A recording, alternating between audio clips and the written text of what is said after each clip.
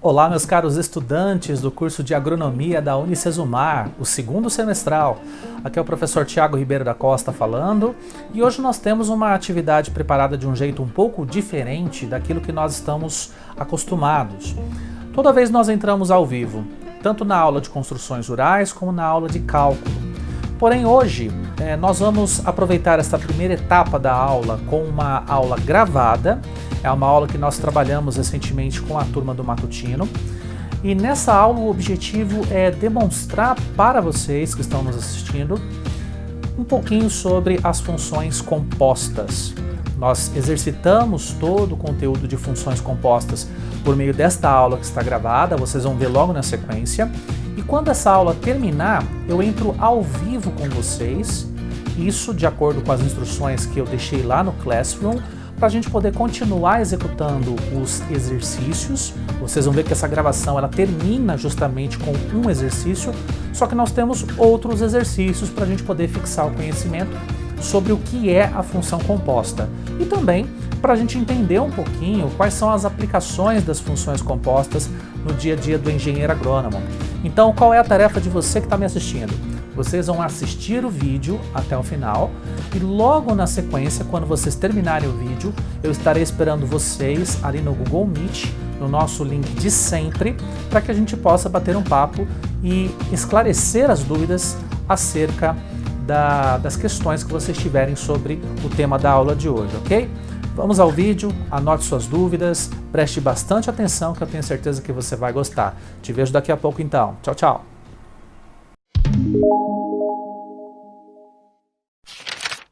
Pessoal, então vamos lá, vamos começar a nossa aula de hoje. Tema novo, e já é, na verdade, é um tema novo, porém um tema que nos leva aos temas principais da disciplina. Não que os temas anteriores não sejam principais, eles são também. Só que o nome da disciplina é Cálculo Integral e Diferencial, não é?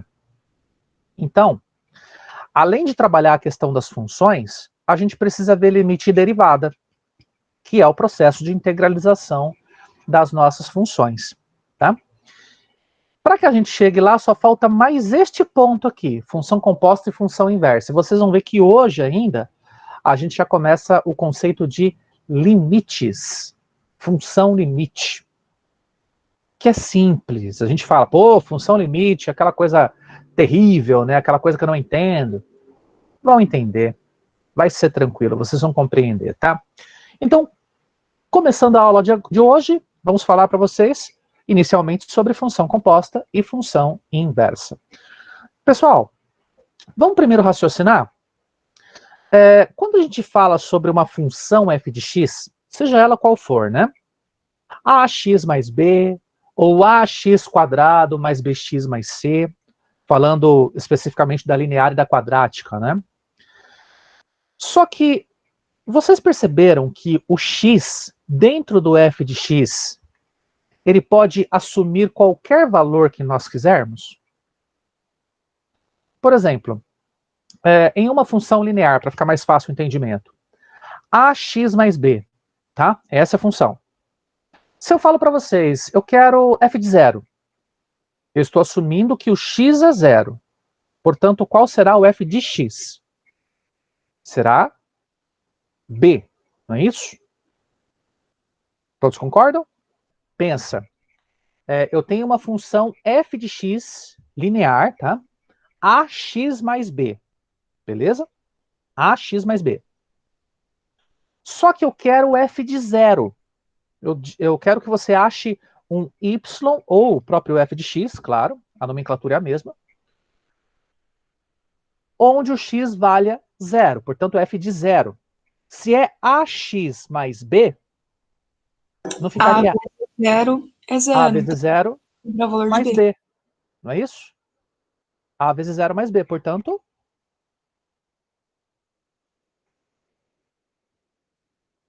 b. Se eu estou querendo achar um f de zero, eu estou dizendo que o x da função será igual a zero. Ax é a vezes x. A vezes zero mais b. É isso que eu Isso. quero que vocês enxerguem, tá? Então, quando a gente tem uma função f de x, essa função f de x, para lançarmos valores neste x, a gente pode lançar qualquer valor. O x pode assumir qualquer coisa, qualquer valor, qualquer número, não é? Só que se eu dissesse para vocês que este x, ele também pode assumir o formato de uma função.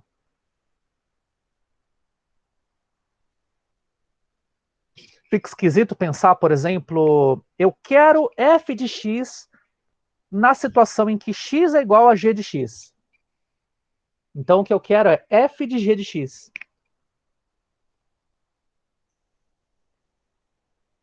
Dá para imaginar? F de g de x? Isso é possível? Ah, professor, se você Eu está não dizendo é entendi. porque é possível, né? Eu não entendi. Oi? Volta aí de novo. Volta, vamos lá, vamos lá. É assim, ó. F de x, ok?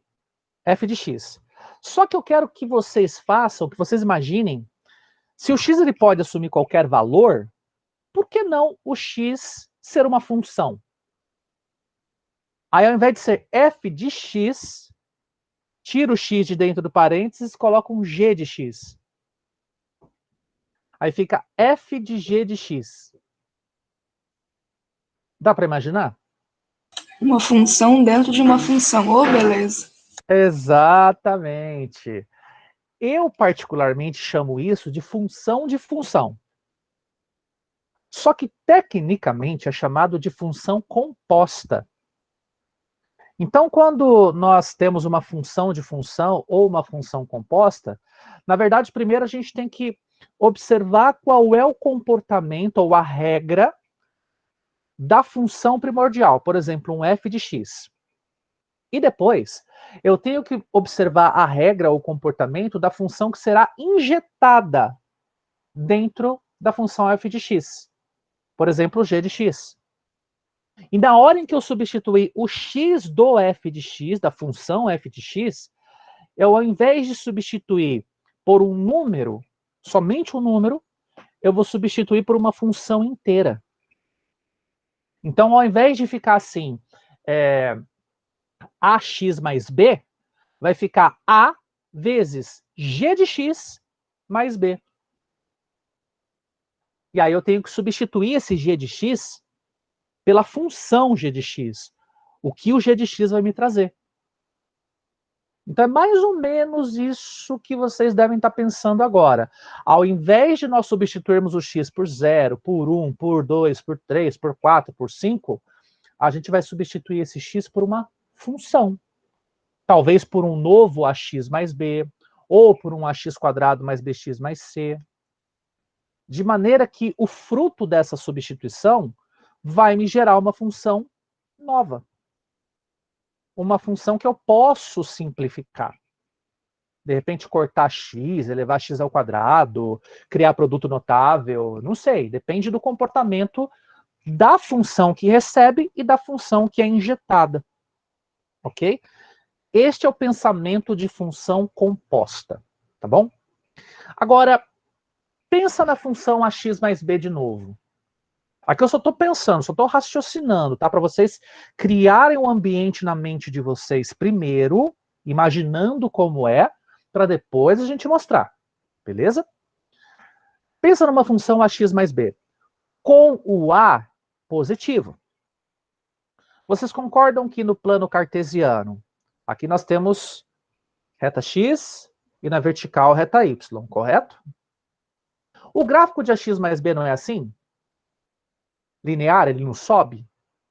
Ele é crescente. Ele é crescente, exatamente. Agora, quando a gente pensa numa função inversa, é como se eu colocasse um espelho nessa reta. E ao invés dela ser desse jeito, ela passa a ser desse jeito. Então ela vira uma função decrescente. Isso é uma função inversa. É mais fácil compreender o que é uma função inversa na visualização do gráfico, logicamente.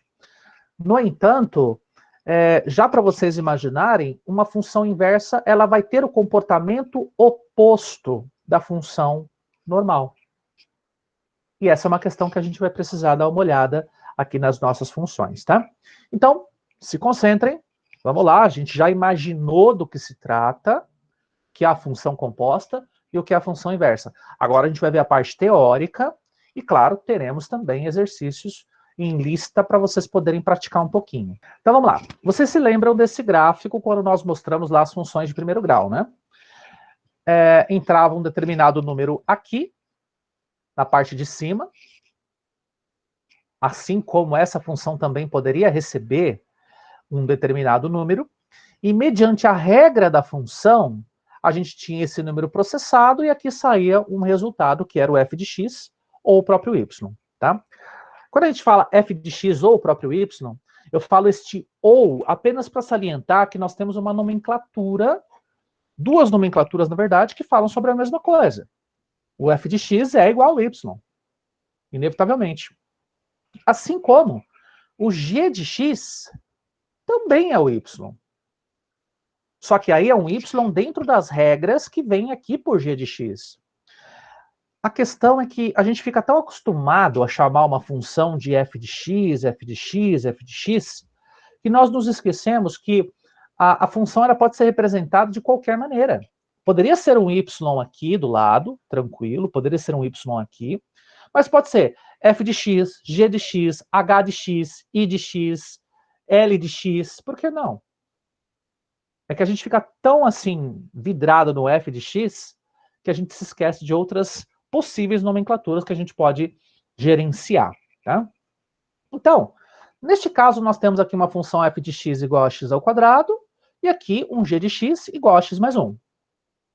Para a gente poder resolver essas duas funções em separado, lembrem-se que a gente poderia, de repente, pensar em achar a raiz dessa função, que seria igualar f de x a zero. Portanto, eu poderia ter aqui x ao quadrado igual a zero.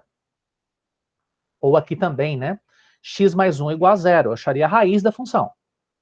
Mas eu poderia também adotar valores aleatórios para este x, pensando talvez em construir o gráfico no plano cartesiano. Então, eu poderia colocar 0, 1, 2, 3, 4. E aqui, 0, 1, 2, 3, 4. Os números, então, eles vão ser substituídos nesse x, assim como neste x também. E aí a gente tem as respostas. Por exemplo, 0 ao quadrado, 0, 1 ao quadrado, 1, 2 ao quadrado, 4, 3 ao quadrado, 9, 4 ao quadrado, 16. Aqui, 0 mais 1, 1, 1 mais 1, 2, 2 mais 1, 3, 3 mais 1, 4, 4 mais 1, 5. Simples assim. E assim eu poderia construir o meu gráfico. Agora, quando a gente fala sobre função composta, a gente vai pegar, por exemplo, tá? Se fosse f, ao invés de ser f de x, que eu estou aqui circulando com o mouse, poderia ser f de g de x. Então, eu vou pegar este g de x aqui e vou escrever aqui dentro desses parênteses. Ao invés de ser x, fica g de x. Ora, se a regra diz o valor que o x assumir, ele tem que ser inserido aqui. Se, por exemplo, eu falo f de 0, aqui ficaria f de 0. Eu substituiria aqui por 0, daria 0 ao quadrado. F de 1, 1 ao quadrado.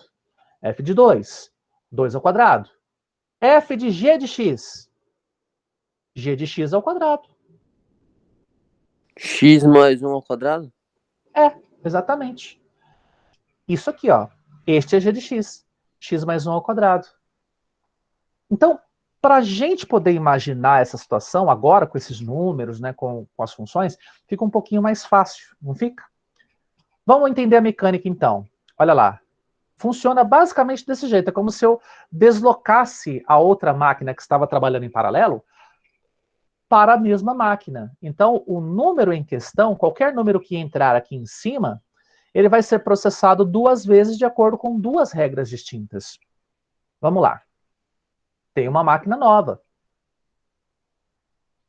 Poderia ser g de f de x, por que não? Eu falei de f de g de x, mas poderia ser o contrário também. G de f de x. E neste caso, g, o f de x é quem? x quadrado. De onde vem esse x quadrado, professor? Aqui, ó. Que era igual a f de x. Tá? E se por acaso a regra de g de x é x mais 1, então este x que está aqui será trocado por x ao quadrado. Então vai ficar x ao quadrado mais 1. Viram? Aqui era x. Peraí, que? Explica de novo, professor. Vamos lá, ó. De novo. Aqui a gente vai fazer g de f de x. Beleza? Ó. Se eu disse que o x ele pode assumir qualquer valor, quando a gente fala em g de f de x, quem é f de x? Aqui, X ó. ao quadrado. X ao quadrado. Beleza? Então, na verdade, eu só substituindo esse f de x por esse x ao quadrado. Só que a função g de x é x mais 1, não é? O x da questão está aqui. Ele é que vai ser substituído por este valor aqui. Por isso que fica g de f de x é igual a x ao quadrado mais 1. Lembrando que era x mais 1. Professor, então junta as duas funções. Exatamente. Eu vou substituir o x, que veio aqui o x pelo f de x, neste caso, né, em específico, mas toda vez que eu substituir, que eu tiver uma função composta, a função que está sendo injetada, o conteúdo da função é que vai entrar na função que está recebendo. A função que está recebendo é x mais 1. Quem está sendo injetado é x ao quadrado. Então, este x aqui, que agora é f de x, ele vai assumir o valor da função f de x, x ao quadrado. Tá? Então, este x aqui vai também assumir a função do f de x. Então vai ser x quadrado. Conseguiu pegar? Sim, professor, obrigado. Beleza. Ó, agora nós temos um outro caso. Vamos ver como é que vai ficar. Vai ser o contrário. Ó, eu vou acoplar agora. F vai receber g. Vai ficar uma função f de g de x. Tá? O g de x, ó, vejam, x mais 1. Tá aqui, ó, f de g de x. Quem é g de x? É x mais 1. Esse x mais 1 aqui vai substituir este x que é da função f de x. Como é que vai ficar, então? X mais 1 ao quadrado.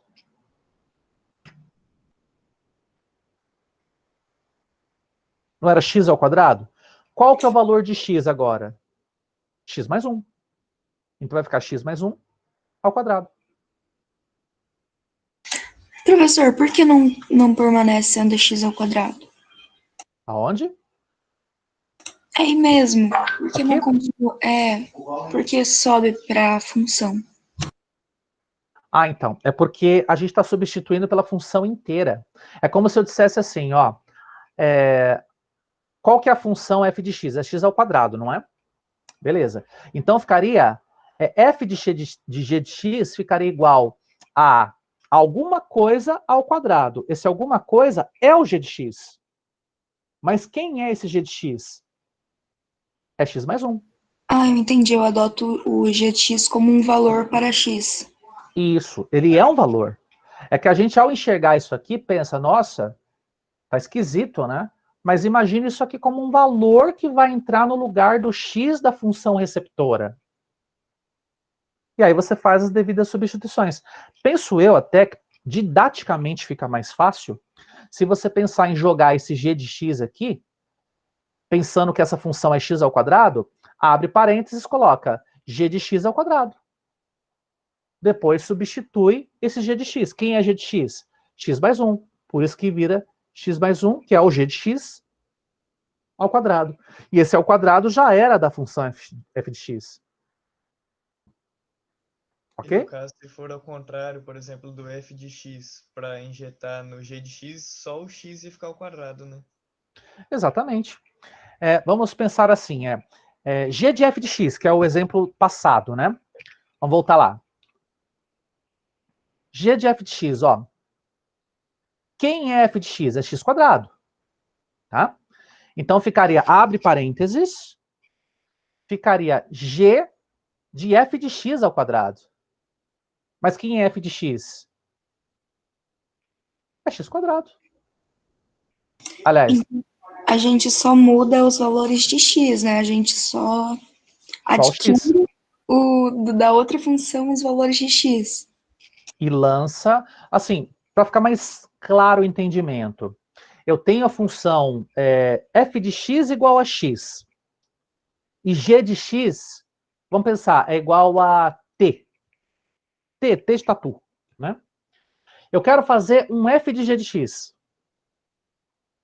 Se f de x é igual a x, e g de x é igual a t, f de g de x, eu vou pegar f de t. Portanto, f de t é igual a t. Eu peguei aquele x e substituí pelo conteúdo da função que está chegando. Substituí pelo t. Entendi, não importa a letra. É Não importa. substituir, vou manter. Exatamente. Não importa a letra, não importa o valor, não importa o que seja essa função. Se for pi, se for rho, se for epsilon, qualquer coisa. Você vai substituir no x da função que está recebendo. Em todos os x, se você tiver ax quadrado mais bx mais c, esse x quadrado e o x quadrado multiplicando a e o x multiplicando b, você vai pegar o conteúdo da função que está chegando e vai lançar neste x. E aí você faz a substituição necessária. Pegaram o conceito?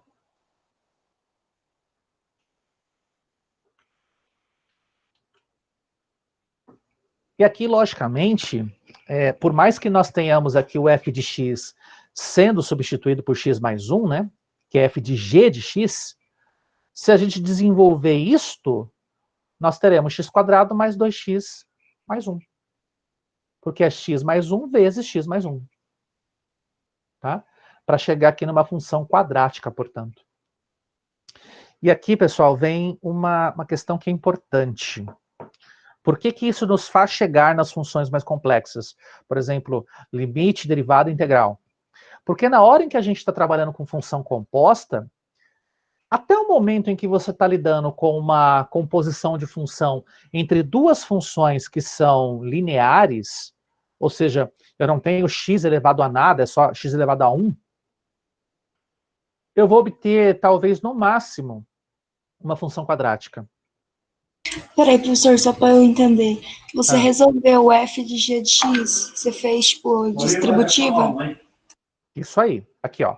X mais 1, tá vendo? Ao quadrado. Não é x mais 1 vezes x mais 1? Isso. Aí, aplicando a distribuição, a gente chega aqui. X quadrado mais 2x mais 1. Tá bom. Beleza? Então, como eu estava mencionando, se você tem duas lineares e tenta fazer uma composta das duas, você vai chegar numa quadrática. Provavelmente. Tá? Como este caso aqui.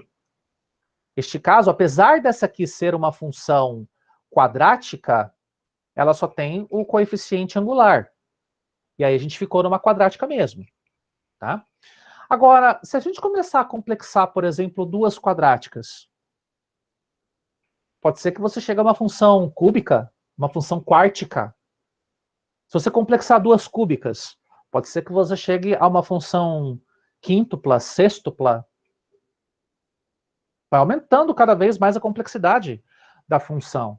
Então a gente precisa, primeiro, aprender que as funções compostas elas podem complexar o nosso meio de campo, só que para reduzir essa complexidade, a gente pode trabalhar, por exemplo, com a derivação, para que a gente quebre a composição de funções. É basicamente isso. Função composta seria o contrário da derivada.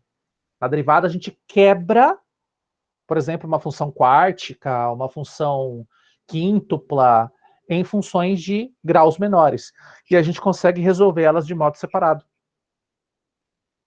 Então, a gente primeiro está dificultando para depois começar a facilitar. Esse é o andamento aqui da função composta. Tá?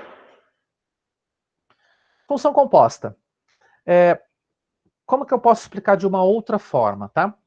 Eu tenho aqui os conjuntos A, B e C, beleza? O A, ele se relaciona por meio de uma regra de função e me gera o resultado B, dentro do conjunto B, que é o f de x, ok? Eu tenho aqui o meu conjunto domínio A, eu tenho o meu conjunto imagem B. Só que eu também tenho a possibilidade do conjunto B servir de conjunto domínio para que nós possamos criar um novo conjunto imagem C a partir de uma nova regra, que é a minha função g, g de x. Para que a gente chegue a um conjunto imagem, que a gente pode até chamar de derivado, né? A gente deriva esse conjunto imagem a partir da relação do A e do B, é sopa de letra, hein, Ana? Realmente sopa de letras. Mas a gente sai do A, obtém, por meio de uma função f de x, e nós chegamos ao B, que é o meu conjunto imagem, só que o conjunto B ele pode servir de domínio para um conjunto C. E quando isso ocorre, eu tenho a minha função composta. Esse seria o entendimento por conjuntos. É uma outra forma de explicar o que é uma função composta. Sinceramente, é a forma que eu menos gosto. Mas se de repente alguém entender melhor por este conjunto, pela demonstração de conjuntos, é um jeito que a gente tem de explicar também. Eu prefiro explicar pelo comportamento mesmo matemático. É substituir o x, por exemplo, por um g de x, por um h de x, por um i de x. Agora, pessoal, quer algo mais complicado? É assim, ó. Estamos falando da relação entre duas funções, correto? F de x e g de x. Onde eu posso ter, por exemplo, um f de g de x ou um g de f de x. Agora, se eu tiver três funções, dá para fazer composta da composta? Rapaz, com fé em Deus, não. Em matemática, tudo é possível. Tudo é possível, exatamente. Com fé em Deus, não. Ai, meu Deus, né, Fabiana? Mas dá. Eu posso fazer composta da composta da composta da composta e virar toda uma composta. Mas ser bonzinho, né, professor? Vamos deixar até aqui. Sendo bem sincero, eu consigo trabalhar com vocês até três funções. Por exemplo, vamos imaginar, seria um H de G, perdão, um F de G de H de X. Ou um G de F de H de X. Já me perdi no começo. Pode se repetir também, né? F de G de X. Pode também. Por que não? Pode ser F de X. Por que não? F de G de X. H de G de F de X. G de H de X. Tudo é possível. Levando-se em consideração...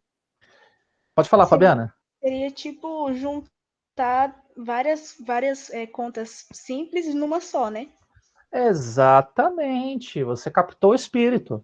E aqui o teu questionamento é tão importante que isso aqui tem a ver, sabe com o quê? Com experimentação agrícola. Ah, mas de novo? Tem, claro que tem. Agora, onde isso se aplica na agronomia? Oi? Eu ia perguntar isso agora, onde isso se aplica. Sim, exatamente. Ó, pensa no seguinte. Digamos que eu sou um pesquisador da área de nutrição do morangueiro. Só para a gente alterar um pouquinho essa coisa de milho e soja, que é uma coisa muito, muito milho e soja, né? Enfim. Eu vou aplicar boro no morangueiro. Até onde eu sei, em termos de literatura, o boro ele é utilizado como insumo para que a gente possa, por exemplo, fixar os botões florais na planta. Esses botões florais eles podem cair até mesmo pelo aumento da concentração de ácido abscísico, e o boro ele é um cofator enzimático que inibe essa síntese exagerada de ácido abscísico, né? O ácido abscísico é o fitohormônio que faz com que as flores caiam, por exemplo. Então, se você está, por exemplo, andando numa rua cheia de ipês, né, que é muito comum aqui em Maringá, ipê amarelo, ipê branco, sibipiruna, aquela que gruda, sabe, aquela chatinha. Pois é, as flores caem porque a planta está sintetizando muito ácido abscísico. É um jeito dela se livrar daqueles botões florais que não foram fecundados. Só que os botões florais, às vezes a planta ela não tem como frear a sua própria síntese de ácido abscísico porque é um desejo dela. Primeiro porque a planta não deseja nada do ponto de vista cognitivo, né? Do ponto de vista de pensamento. E segundo, porque nem mesmo nós, seres humanos, temos o potencial de frear a síntese de um metabólito do ponto que a gente quer. É uma coisa do organismo. Então, a gente aplica boro justamente para segurar os botões florais que eles estão sujeitos a caírem da planta, mesmo que eles não tenham passado pelo processo de fecundação. Eles ainda estão imaturos para passar por um processo como esse. Quer dizer, se eles permanecerem na planta, pode ser que eles vinguem e se tornem frutos. Então é nesse contexto que eu aplico o boro. Tá? Só que o boro ele pode também ser parte de outras rotas metabólicas, como, por exemplo, síntese de raízes, acelerador do processo fotossintético. Então vamos pensar em uma situação em que eu, como experimentador, eu estou a campo, vou fazer a aplicação de doses crescentes de boro, 0, 15 miligramas, 30 miligramas, 45, 60, 75 e 100 miligramas, isso por metro quadrado, né, logicamente, ou por centímetro quadrado de folha, né, porque o boro é mais aplicado em adubação foliar. Vamos pensar em folhas mesmo.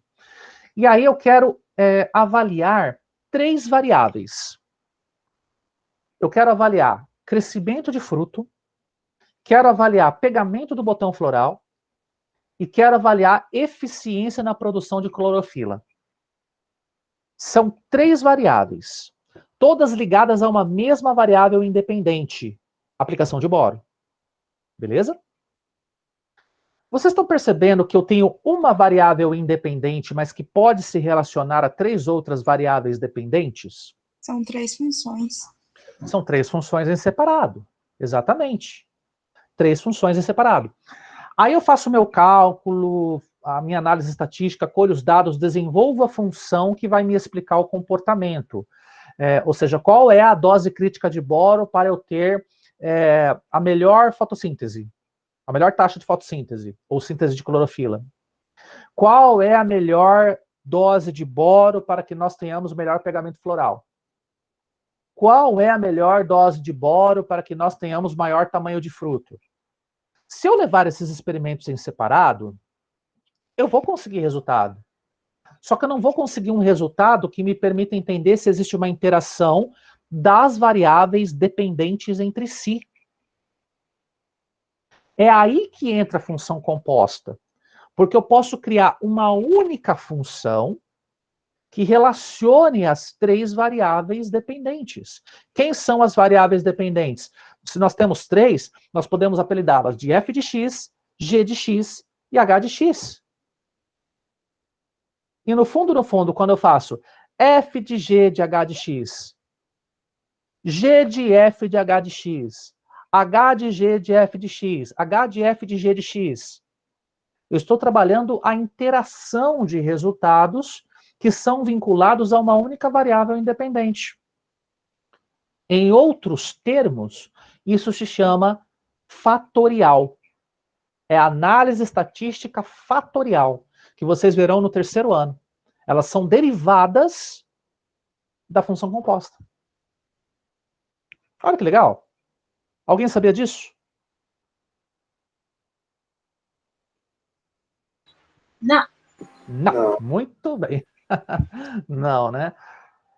São formas agronômicas da gente enxergar. Por isso que, quando a gente chega numa disciplina de cálculo, e se essa disciplina é uma disciplina de núcleo comum, de repente você tem essa disciplina para engenharia civil, para engenharia elétrica, para arquitetura, para biologia, para agronomia, para veterinária. Aí o cara chega na disciplina e fala, pô, tem que aprender função composta, mas para que isso serve? Estão entendendo que uma disciplina de cálculo para agronomia é fundamental? Porque a gente consegue enxergar. A gente consegue enxergar para que raios aquilo serve. E a gente faz a função composta com essa mentalidade. Poxa, eu posso interrelacionar duas variáveis dependentes que estejam ligadas a uma única variável independente. Então aqui, ó, eu poderia até fazer uma ligação que é essa ligação de interação. Estão percebendo? Eu tenho aqui uma função h de x, que pode partir de A e que pode partir de B. Se nós pensarmos que, por exemplo, o A seria essa variável independente que eu estou criando, por exemplo, as doses de boro, e o B e o C, os conjuntos B e C, eles vão apresentar as imagens, portanto, as variáveis dependentes que são relacionadas à única variável independente aqui do certame, que é o A. Agora fica mais claro, né? Só que eu me utilizei de 3 variáveis independentes. Então, de repente, aliás, 3 variáveis dependentes, desculpe. Uma só independente. Então, aqui, muito provavelmente, eu teria que ter mais um grupinho. Talvez um grupo D. Um conjunto D, né? Olha lá. H de x é G de f de x ou ainda G vezes f. As duas funções em conjunto, tá? Vezes estranho, professor. É um ponto, né? Para não dizer que é um x, né? Porque aqui tem x, aqui tem x. Aliás, eu colocaria, sendo muito sincero, o asterisco, tá? Tanto que nos meus exercícios todos aparecem asterisco. Na equação acho que apareceu um xizinho ali, se eu não me engano. Mas é porque no computador, por exemplo, se eu coloco, por exemplo, 3x vezes 4, se eu colocar 3x, x4, vocês vão pensar, putz, mas é x ao quadrado? O que é isso aqui? Se eu não colocar pelo menos o x em itálico, né? Incógnita em itálico. Olha o trava-língua aí. Então eu tenho que colocar a tal da bolinha, para a gente dizer assim, ó, é vezes. Tá? É uma outra nomenclatura, portanto. Vamos para exemplos, que eu acho que aí fica melhor. A gente consegue interpretar melhor essas informações. Tá? Vamos lá. Eu tenho aqui o meu conjunto A, 1, 2 e 3. Perfeito? Tenho o conjunto B, 2, 4 e 6. Antes de mais nada, vocês conseguem enxergar uma regra entre A e B? O conjunto B é o dobro de A.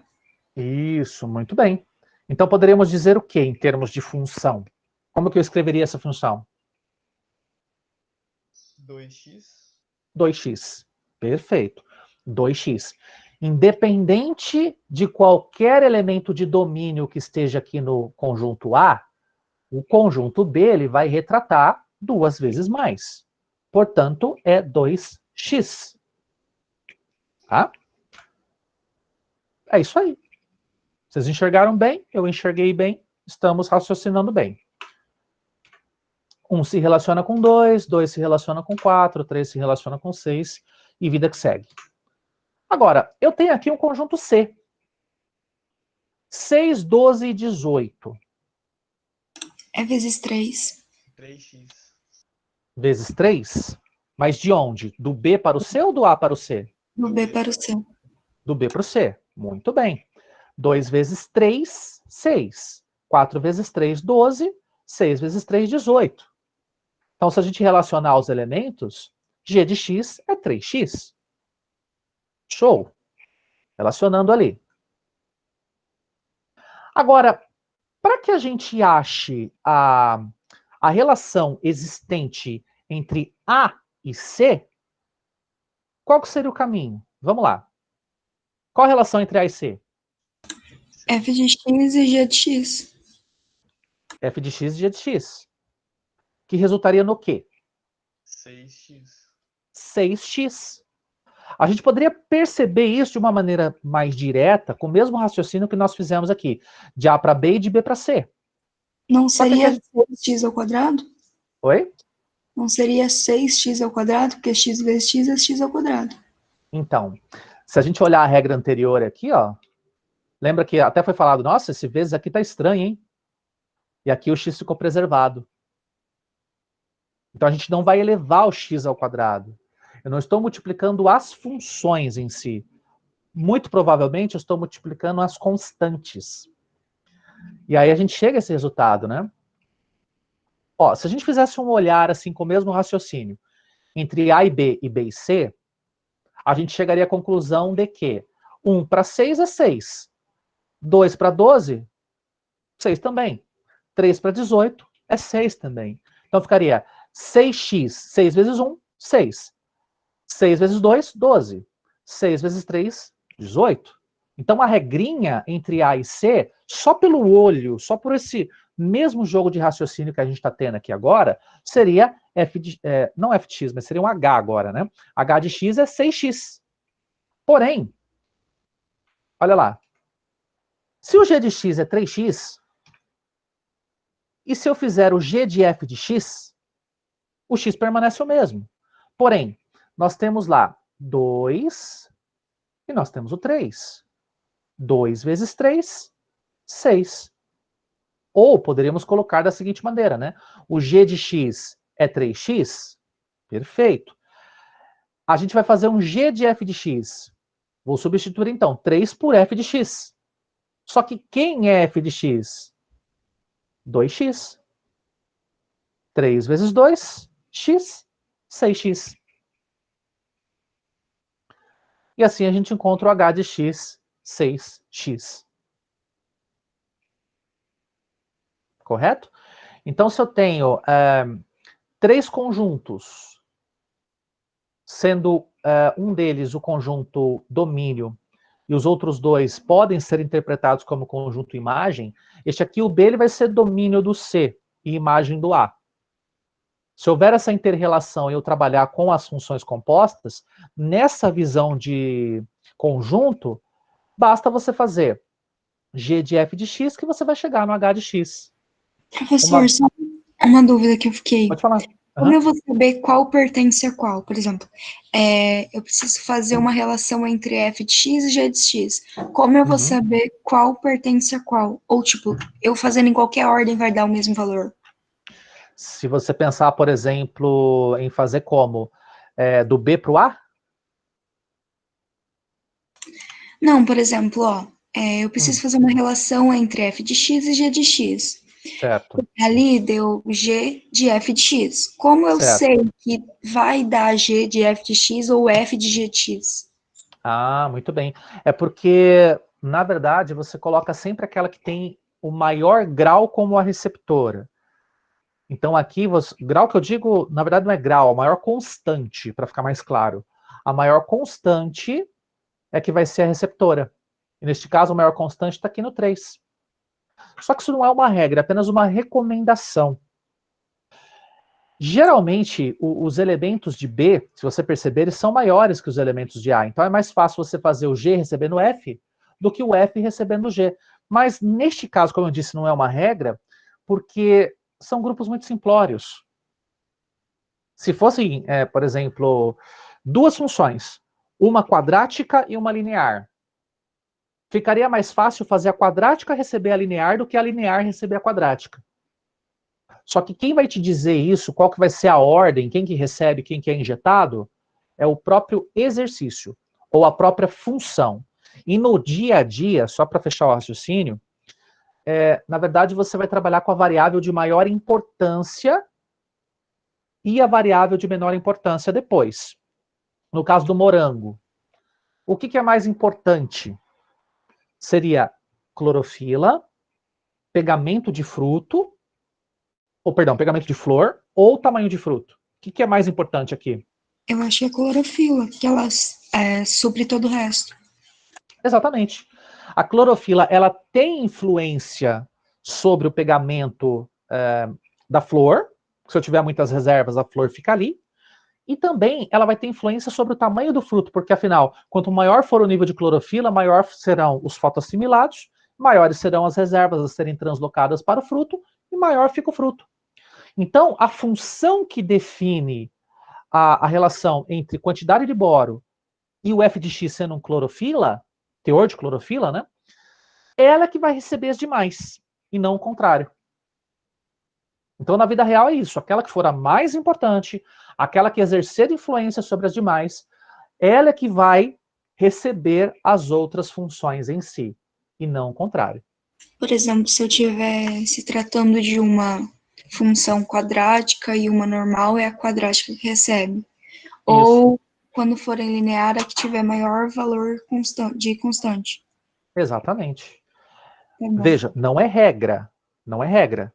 Porém, isso é um costume. É uma boa prática. Tá bom? Entendi, obrigada. Por nada. Ó, a não ser, como eu disse, não é regra, a não ser que o exercício apareça para você dizendo assim, eu tenho uma função quadrática deste lado, que é f de x, e uma linear deste lado, que é o meu g de x. Tá? Se por acaso eu disser para você assim, eu quero um g de f de x, você vai enfiar uma quadrática numa linear. Ah, mas isso não é o costume. Ora, mas se for a ordem do exercício, a gente vai ter que fazer. Porque não há um impedimento técnico de se fazer isso. Apenas vai ser um processo um pouquinho mais complexo, talvez, mas não existe nenhum impedimento técnico. O costume mandaria, vou colocar linear dentro da quadrática, porque a quadrática tem maior grau. Ok? Todos entenderam?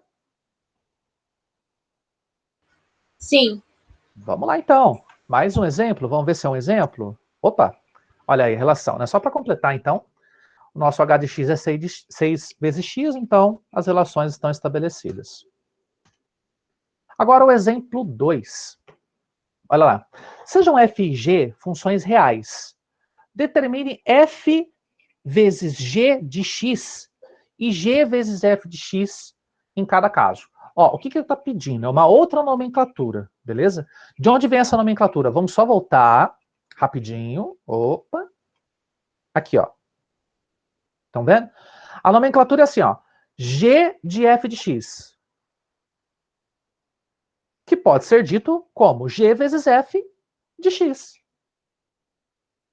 Tá? Então o exercício está pedindo para a gente o seguinte, ó. Ele está pedindo, primeiro, f vezes x... olha a língua. F vezes g de x. Portanto, f de g de x. Ok? E aqui, g vezes f de x. Portanto, g de f de x. Para cada caso. E aqui, ó, não é para dar resultado. É para escrever a função resultante. Tá? F de x nesse caso, 2x menos 3. E g de x, x ao quadrado menos 3. Então, o que vocês vão fazer? Primeiro, vocês vão fazer f de g de x. Portanto, aqui, ao invés de ser x, vai ser g de x. Aqui vai ser g de x. Tá? E depois vocês vão fazer g de f de x. Aqui, ao invés de ser x, vai ser f de x. Aqui também, f de x. Então, vamos substituir, por exemplo, por 2x menos 3. Tá bom? Eu vou fazer esse primeiro, e aí vocês fazem os restantes. Então, nós temos lá, f de g de x, então ficaria o quê? 2x quadrado menos 9. Todo mundo percebeu por quê? Conseguem chegar aqui? Sim, é só substituir o x Sim. por x ao quadrado menos 3. É isso aí. Tá? Professor, Oi, pode falar. mas e esse menos 3 da conta, ele fica aonde? Então, esse menos 3 ele permanece. Porque eu estou substituindo aqui, né? Só este x por tudo isso aqui, ó. 2x menos 3. Sim, sim. Entendeu? Então esse menos 3 ele permanece aqui. Daí, no caso, essa conta então vai ficar 2x ao quadrado menos 12, né? Aqui, 12. Ou não? Vamos dar uma olhada? Eu vou fazer no papel, faça no papel aí também, porque eu acho legal. E aí eu mostro para vocês o resultado. Pode ser? Acho que fica melhor, todo mundo entende o raciocínio. Ó, eu vou fazer primeiro, então, o f de g de x, tá? F de g de x. Bom, quando a gente tem, então, esse f aqui, 2x menos 3, e o g de x é x ao quadrado menos 3, então é este x aqui, ó, que eu vou substituir. Tá? Então vai ficar 2 vezes g de x menos 3. Oh, desculpe. Ah, não, tá certo. 2g de x menos 3. Tá? Ó, pinha aí, ó. Deixa eu só colocar na minha câmera que fica melhor. Aqui, ó. Todos estão vendo? Sim. É desse jeito que vai ficar. Aí basta substituir esse g de x pelo que ele vale de fato, x² menos 3. Então o f de g de x... Oh, perdão, vamos colocar aqui direto já, né? Para facilitar. F de quem é g de x? x² menos 3. Ele vai ficar 2 vezes x² menos 3 menos 3. Assim, ó. Opa.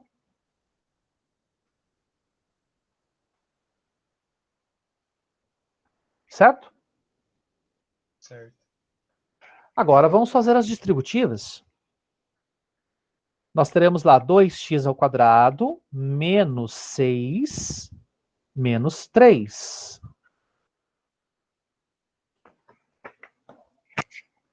Olha lá. Ó. 2 vezes x², 2x². 2 vezes menos 3, menos 6. E o menos 3 que está lá sobrando. Portanto, 2x² menos 9. Então, de fato, é o resultado. Professor, nós confundiu, a gente, em vez de fazer vezes 2, a gente fez ao quadrado, 3 ao quadrado. Ah, tá, entendi. Entendi o raciocínio. Mas vocês viram, então, como é que é para fazer? É só substituir o x. Sim. Pegou aí, Eduardo? Sim, professor. Obrigado. Legal. Muito bem. Fizemos o f de g de x. Agora vamos fazer o g de f de x, o movimento contrário.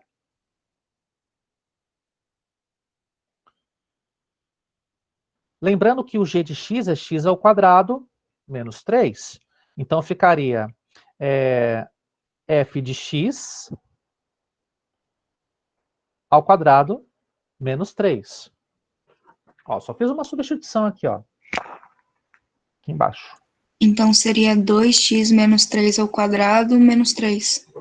É isso aí. Vamos substituir, então? Ficaria g de 2x menos 3 igual a 2x menos 3 ao quadrado menos 3. Opa, aí. Certo? Para a gente poder fazer essa tiragem, né, desse quadrado, a gente pode fazer o seguinte movimento. 2x menos 3 vezes 2x menos 3 menos 3 no final. Concordam? Sim. Muito bem. Agora a gente continua. Vai dar 4x² menos 6x menos 6x mais 9 menos 3.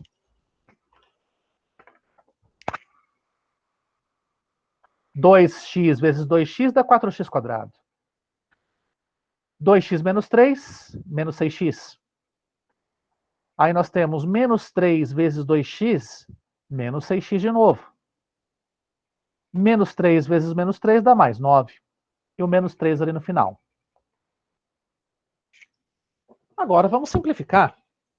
4x² menos 12x. E aqui vai dar mais 6.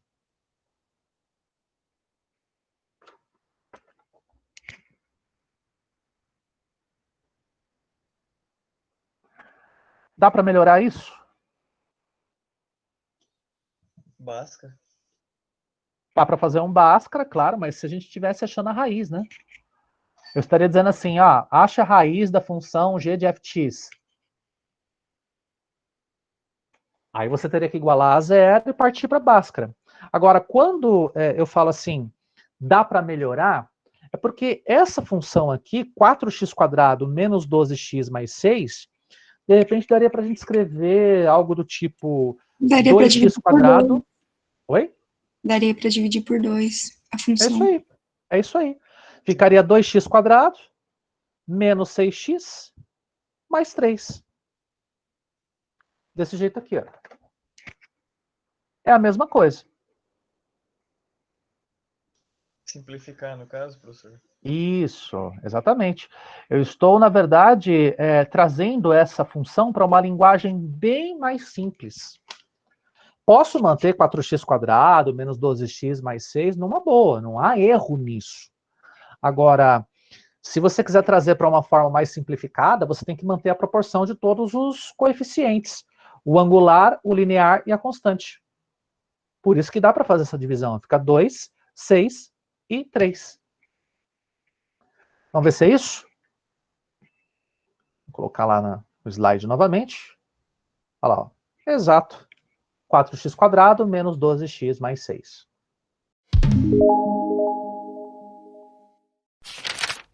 Muito bem, pessoal. Vocês acabaram de ver o vídeo que nós gravamos, nesta manhã, inclusive, sobre as funções compostas. É um tema bem interessante, não é verdade? Bom, para você que terminou o vídeo agora, basta você se direcionar lá para o Google Meet, por meio do link que é disponibilizado na sua agenda de aula, e por lá você vai me encontrar para a gente poder tecer algumas outras considerações e também para tirarmos dúvidas acerca do conteúdo da aula. Por enquanto, eu me despeço aqui, mas muito ansioso em poder te encontrar ao vivo daqui a pouquinho. Vamos lá, eu tô te esperando. Vem comigo. Até lá.